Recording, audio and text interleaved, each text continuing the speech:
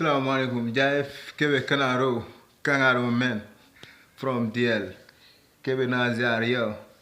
All activists bu nga xamantene mu ngi from Galsen yo. Di xeexal ngir population bi.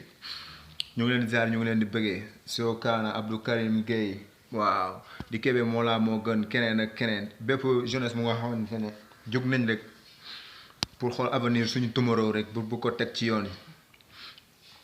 Waaw. Bëgg nañ la Kebe nañ la. Man nag awma lu may wax ci ay injustice gouvernementale ak ay failles policiers ak yooyu noonu concerné wu parce que ñooñ mënuñ leen dara seen pouvoir lañ yor quoi mais ñun sénégalais yi ñun jeunesse yi nga xamante ne ñoo moom suñu dëkk te bu Senghor ñëwee falu dem dafay wàcc suñuy maam bu Abdou Diouf faloo dem dafay wàcc suñuy maam bu Ablaye Wade ñëw faloo dem dafay wàcc suñuy mbokk bu Macky Sall ñëwee faloo dem dañ fiy wàcc dëkk bi du am dara ñu jàpp jeunesse bi nga xamante ne ñoo war a liggéeyal dëkk bi noq leen ci jeel bi di leen tëj ay pen ñi sàcc xaalisu réew mi dugguñu génnuñu sibiruñu defuñu dara en plus activistes yi taxaw nga xamante ne ñi amul baat dañ leen di kaasal ñu jël di leen dóor ñu tegul fenn bu ñu waxee ñu indi ay droits de l'homme te ñi nekk fii ñi nga xamante ne ñooy saasaxee dëkk bi di koy yàq duñ dugg duñ génn ku ci sàcc ñu tëj la 2 mois lëre ñu yóbbu la pavillon spécial da nga am problème dañ lay génn dañ lay may liberté provisoire ngay dox ci mbedd mi jàpp benn booy boo xam ne juin ngeen ko jàppee booy boo nga xamante ne avenir la seen kër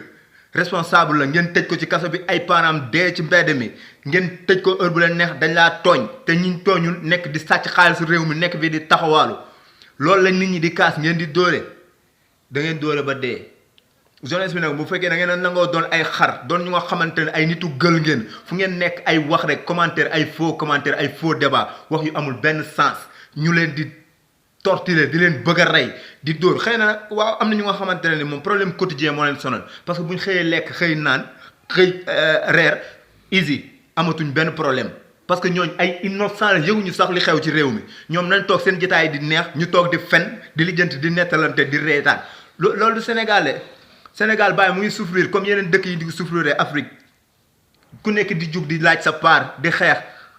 am dara ngeen nekk fii doon ay nit ñu nga xamante ne benn ñun bokkuñ ci high tech technologie suñu yoon nekku ci ñun bokkuñ ci science kenn moo fi mës a développé benn affaire muy Cheikh Anta Diop muy carbone 14 amul dara lu fi mën a amul dara bu weesoo suñu maam ya amul jeunesse bi amuñu dara luñ fi def lu dul commentaire toog di fen ñi ci nangoo xeexal as néew sa doon ay activiste fekk ci ñeneen ñi ay fégates yu ngand commentaire mën a fen te booy xeex fii tey ñoom ñoo lay xeex tey fi ngay gis Khalifa Sall mu sàcc xaalis réew mi ñu dugal ko ay seetaani jug di ko marsal nga gis Bougazelli ci biir ñu koy marsal nga gis keneen ak keneen ku fi sàcc xaalisum réew ñu jëf délégation ñu ne dañ lay marsal dañoo bëgg ñu bàyyi la te ay innocent tëdd ci jeel yi sàcc ñu dara defuñu dara kenn du leen marsal teg ko ci affaire saydaane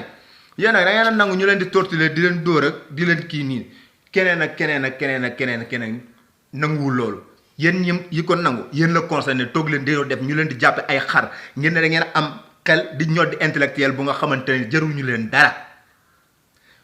policiers yi nag man amul lu may wax ak ñoom quoi man benn affaire laa fi am fii moom bu fekkee sàcca mafia bi ci gouvernement bi la nekkee gis nga fii li sonal population bi waaw ci gouvernement bi lay jógee coono bi population bi di dund ci gouvernement bi lay jógee agressivité bi population bi dund ci gouvernement bi lay jógee amul dara lu ñuy sécuriser lu dul seen bopp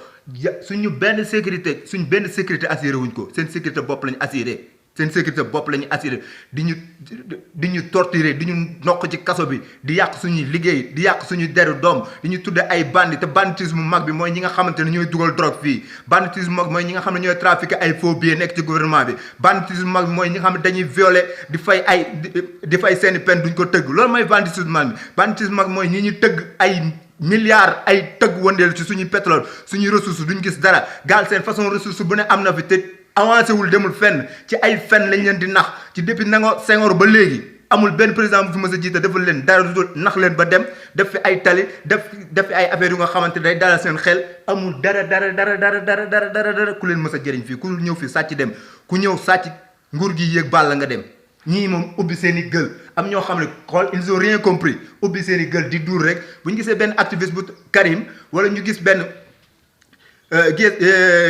Guy Marius di kaas ñaan dafa bëgg kaso dafa bëgg kii moom li muy kaas ci xolam la ne daf koy yëg te xam ne Sénégalais la Sénégalais yi dund lu metti moom Sénégalais day dund lu metti bu ngeen dund lu metti yéen la concerné yéen ñi toog di fen di duul activiste yi ñuy kaas dañuy kaas pour suñ dañuy kaas ba dee bu ngeen kaasu seen affaire la lenn moo naa gis nga fii li may wax rek receleurs yu mag yi ñooy police arnaqué drogue dealer bu ñu percuté terroriser peuple bi ngay gis ramasse di dóor rek di ñu perturbé ñi nger daajo salaire yi gën a diis ñoo di boss ñaq baadool di rees ci biiru riis ñu ñuy commandé loolu moo fi am receleurs yi mag yi ñooy police arnaqué drogue dealer bu ñu percuté terroriser peuple bi ngay gis ramasse di ñu dóor rek di ñu perturbé